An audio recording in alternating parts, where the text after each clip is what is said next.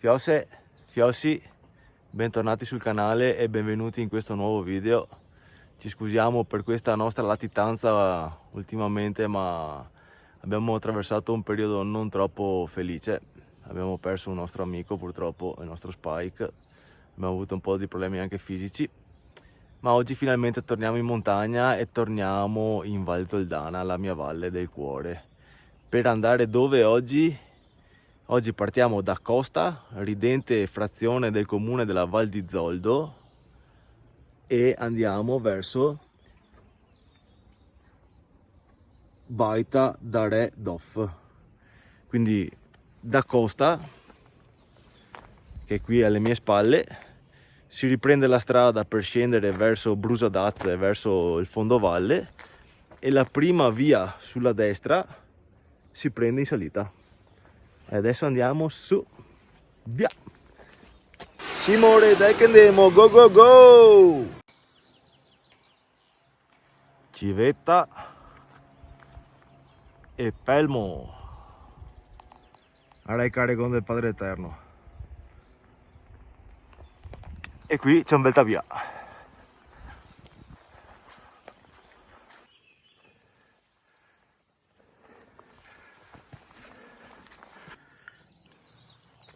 Il sentiero si svolge praticamente nella sua totalità su una comoda mulattiera con pendenza morbida, diciamo, fino ad arrivare al passo Tamai.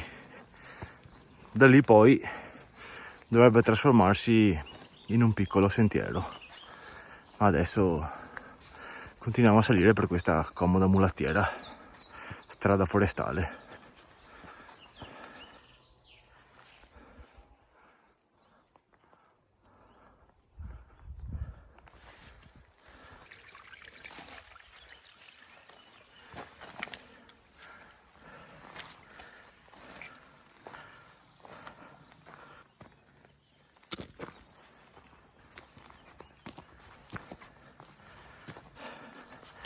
C'è una pace inimmaginabile, si respirano i profumi della natura e basta.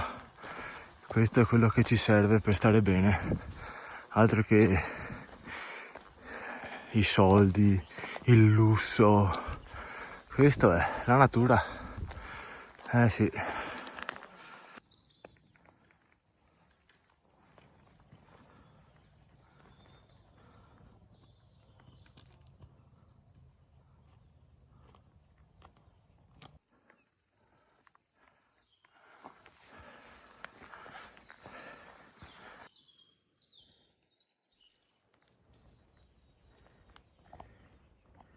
Quel paesino lì è Coi, da dove si può partire per andare a Venezia.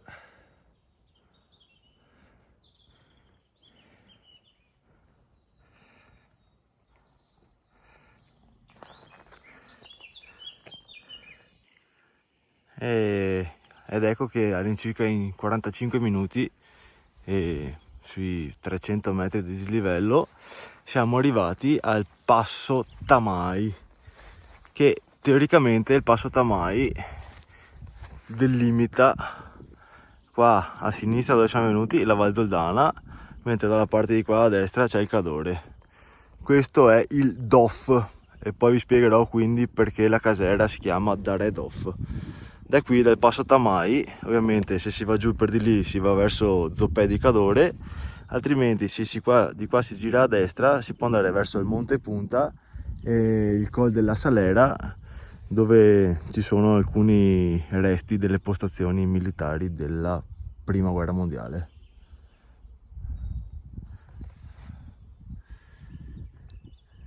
Noi però, per andare verso la casera, continuiamo. Arrivati su, andiamo a sinistra.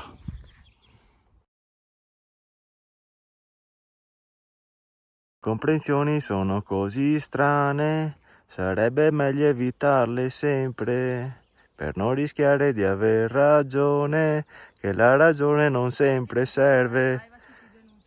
35 secondi fa gli ho detto, bisogna andare giù per sinistra. invece no, volevo andare verso Monte Punta, che è molto più dura, cioè molto più dura, è un po' più ripida da andare. Io cerco di fargli fare meno fatica, ma lei vuole fare l'inconscio, il suo inconscio vuole fargli fare più fatica. Quindi no, andiamo verso sinistra.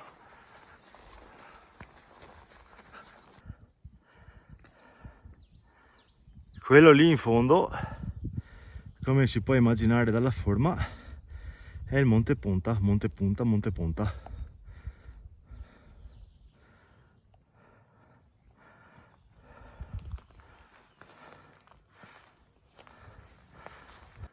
Guarda quanti micropini che stanno nascendo. Per fortuna la natura si autodistrugge con Vaia, per esempio, ma poi è anche in grado di ricostruirsi da sola. Ovviamente sarebbe un po' il caso di venire qua a strapiantarli, perché se niente crescono così attaccati, muoiono anche nel giro di poco.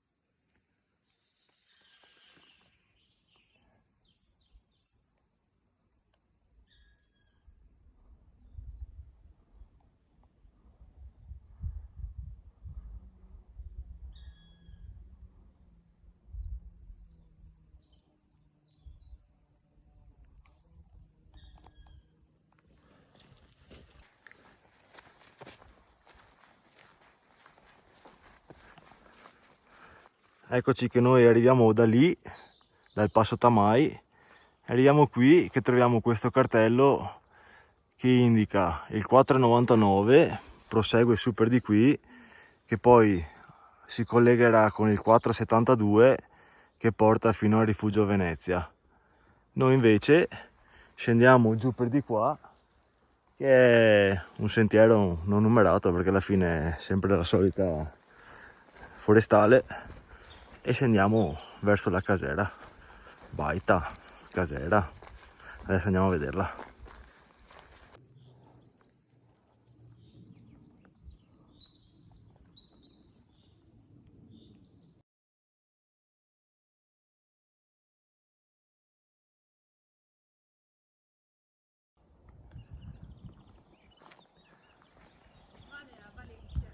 Eccoli sotto, Zoppè di Cadore.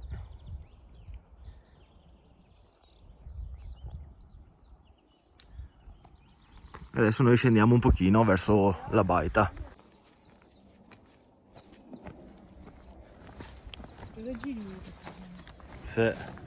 C'è una pozza di acqua risorgiva dove vengono a beverarsi un po' di bestie, sicuramente vengono le mucche. E poi c'è questo trespolo sull'albero che onestamente non riusciamo a capire l'utilità. Sotto hanno fatto una sottospecie di ciotola intagliata, e se qualcuno ha qualche idea su cosa possa servire questo specie di tetto sull'albero, ce lo faccia sapere nei commenti.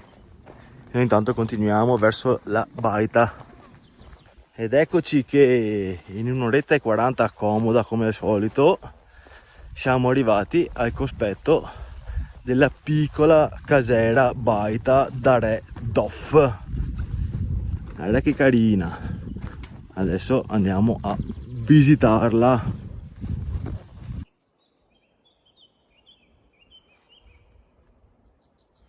Ecco lì sotto ci sono i resti di quello che rimane della vecchia stalla, e qua siamo in una bellissima conca al cospetto del Pelmo. Eccolo lì il Pelmo, tac. E qui c'è la bellissima Consuelo con alle spalle l'altrettanto bella baita casera da Re Doff. Apro io? Apra lei e facci vedere come si apre la casera da Re Doff. Casera gestita dalle regole.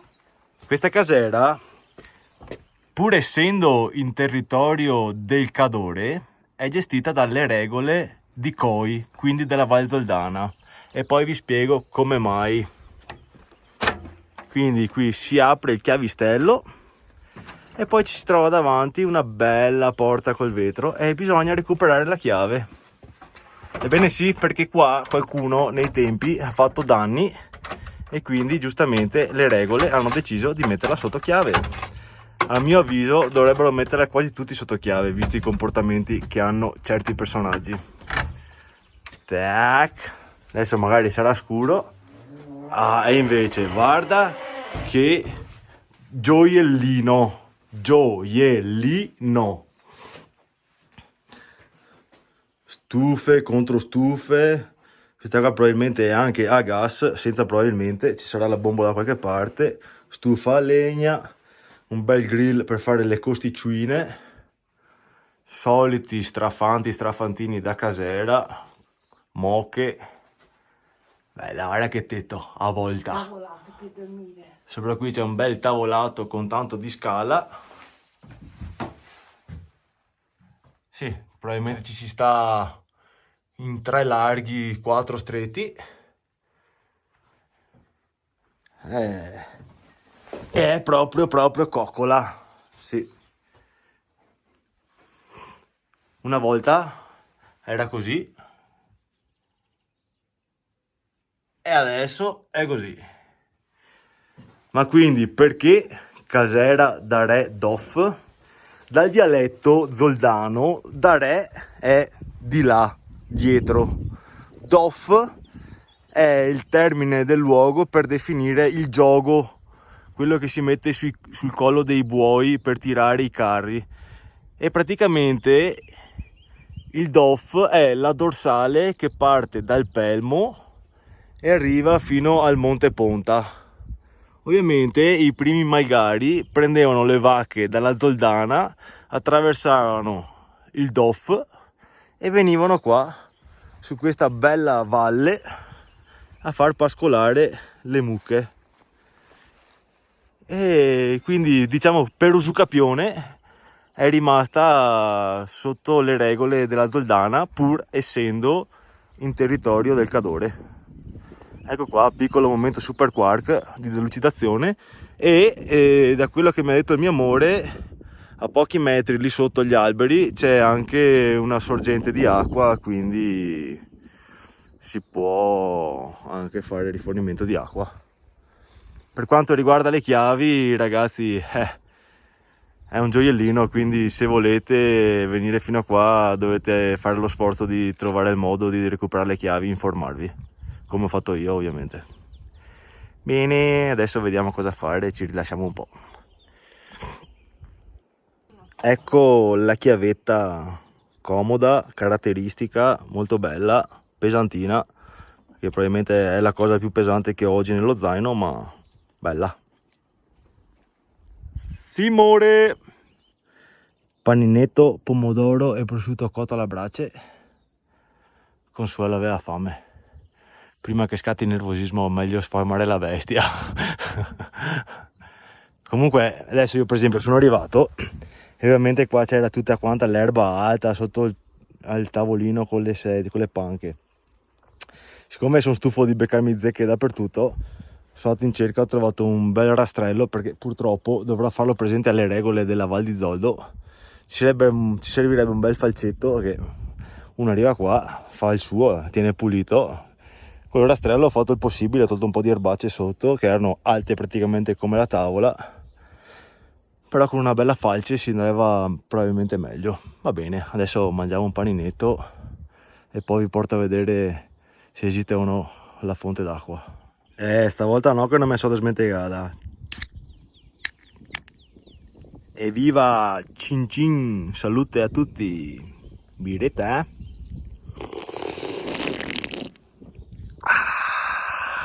Comunque stavo valutando che deve essere uno dei primi bivacchi casere baite che arrivo e penso di essere più che in un bivacco in una cantina, perché 1, 2, 3, 4, 5, 6, 7, 8, 9, 10, 11, 12, 13, 14, E dopo di qua, queste qua che sono le birre, vabbè, di là vino, di qua birre, ma sono tutte chiuse. Quindi c'è gente che viene su, probabilmente cacciatori, non lo so, gente del posto, più un po', ma gente che probabilmente viene anche su, è di buon cuore e lascia qua la roba per tutti, graspe e di tutto, a parte essere su una cantina. Comunque, bellissima, guarda qua che bello. L'orologio, dentro la... c'è anche una bella dispensa fornita, profil detersivo, sì, detersivo, però... Sì, detersivo ci vorrebbe quello biologico in montagna, ma non importa. Olio, pasta, sale, pepe, spezie, sottoaceti, passate, ragù pronto, caffè, di tutto. Molto molto bello. Poi c'è questa qui che non so se onestamente risalga effettivamente al tempo in cui si sono insediati i Malgari Zoldani, che porta una data Annus Domini 1910, quindi un bel po' di anni fa. Comunque proprio un bel posticino da tenere con i guanti bianchi. Per quello hanno messo la chiave, mica stupidi. Tipo io sarò anche ignaro, giovane, non so, ma tipo questa qua fatta così non l'avevo mai vista.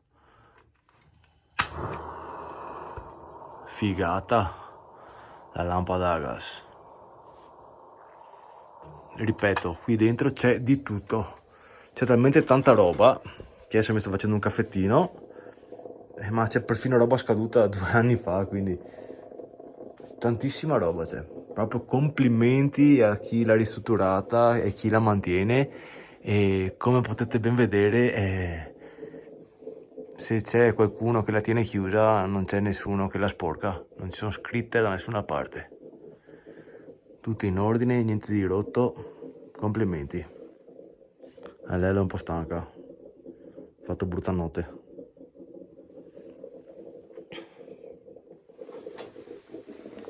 Caffettino, sì, viene su, Ale. Ebbene sì, lì c'è la casera e qui a 30 metri c'è una comodissima fonte d'acqua.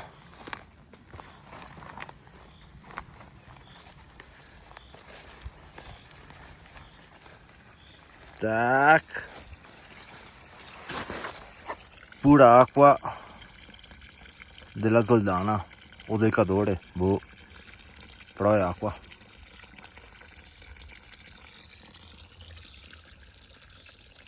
Allora sono sceso dalla casera a vedere un attimo i resti della stalla, che vabbè sono 4 pietre ormai e un po' di legna secca a marcia, ma mi sono accorto di una cosa, e poi ditemi se la natura non è una cosa straordinaria. Cioè, guardate questo pino dove è nato, le radici non ci sono sotto, cioè è nato sopra ai resti dei legni della stalla. È una cosa fenomenale, guarda che roba, bellissimo. E niente, così è. Quello lì, se ve lo domandate, è il Monte Pena.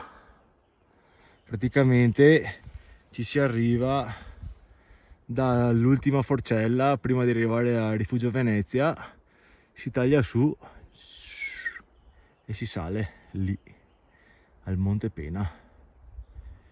Adesso ci riposiamo un attimino, anche se non abbiamo fatto tanta fatica, e mi sa che ritorniamo indietro da dove siamo venuti.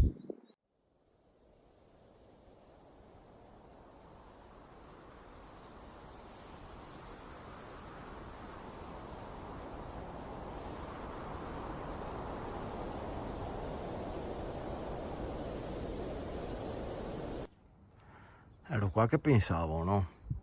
Pensavo, ho detto, ma in zaino mi sa che ho una cosa che abbiamo trovato andando a fare il Cason de Bazzin.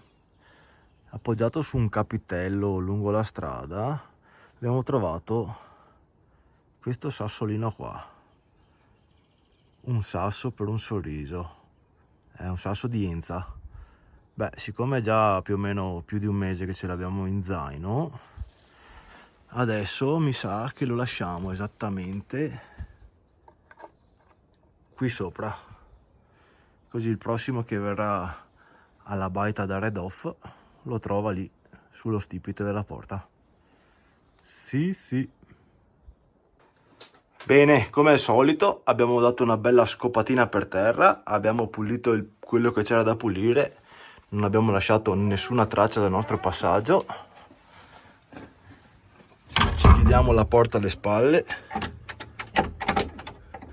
in qualche modo chiudiamo la porta con la chiave.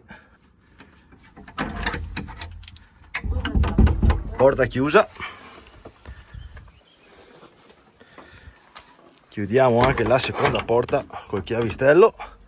Qua c'è il nostro sasso per un sorriso. Rancuriamo le ultime scoasse e torniamo indietro verso la macchina. Ci sono un po' di nuvoloni. Perché cominciano a venire su nuvoloni un po' più grigi di quelli di prima. E siccome hanno messo anche acqua, è meglio tornare indietro prima di bagnarsi. Ci vediamo alla macchina. Oserei dire ottimo posto per fare un falò, esattamente sotto gli alberi, quando hai popò di spiazzo a disposizione. Certo che la gente proprio non arriva, poi mica è qua a testa. Niente. Fiossi. Ringraziamo il non sponsor Edil Bertasini che mi ha fornito anche il cappello estivo per le escursioni. Cioè, per il momento non è sponsor, cioè sono mica che fosse da sponsor, cioè nel senso, vabbè, siamo capito. E giornatina tranquilla, passeggiatina comoda, siamo sui 420 metri di dislivello positivo e 160 in negativo all'andata, viceversa al contrario al ritorno. Baitina stupenda, posto bellissimo, silenzioso, pacifico, ci sono alcune regole che bisogna seguire, tipo trovare dove si recupera la chiave. Però se volete saperlo dovete commentare e iscrivervi al canale. Fiossi, ci vediamo in un prossimo video perché tacca sgiossare. Ciao Fiossi!